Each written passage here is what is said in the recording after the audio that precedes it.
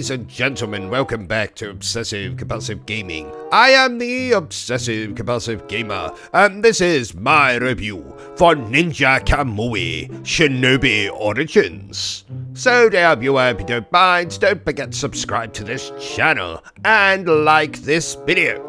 So, Ninja Kamui released recently for my beloved PlayStation, but this game has been available for some time on the Nintendo Switchblade. What the hell is this game, I hear you asking in a proud voice, and I'm so glad you asked, dear viewer. Maybe have a whole soother after this.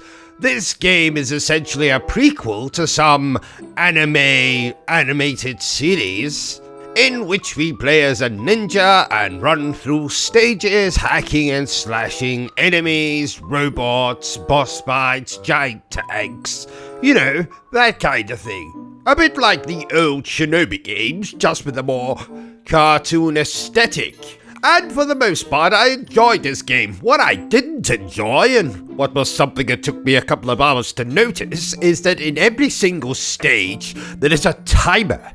And this timer operates in much the same way as it does in those beat-em-up games. A la, if the timer runs out, you instantly die and then have to play the stage all over again. And while this wasn't annoying for the majority of the game, once you get to the game's last two stages, this becomes an absolute bloody nuisance. Because I should have mentioned that when you die, you lose more time. And if you don't manage to pick up any of those little clock-looking icon things, then you can't rejuvenate your time. So in the second last stage, which is incredibly difficult with enemies being thrown at you from bloody everywhere and stupid laser things and a boss fight you gotta do at the end, I must have replayed that stage at least 53 times. I might be exaggerating, but it felt like 53 times. And sadly, it detracted from my enjoyment of this game.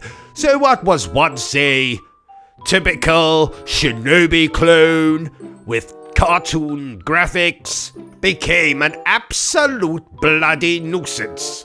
In fact, if this video game was in physical form, I would have thrown it out of the bloody window.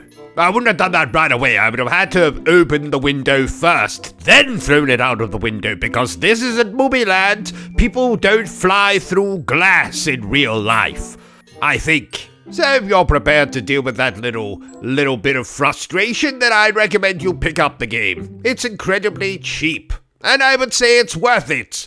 For the most part.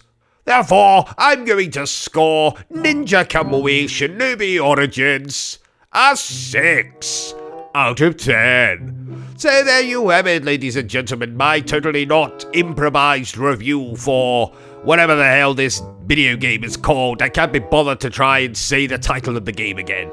If you enjoyed this review of mine, don't forget to give me a thumbs up. If you haven't enjoyed it, well then feel free to give me a thumbs down. But please remember the single most important thing I always tell you, dear viewer, and that is to always stay obsessed with gaming. Are you still here? Oh, you must have really enjoyed this video then. In that case, you had better subscribe to the channel and check out our other content. Otherwise, you're a booby pants, and no one wants to be a booby pants.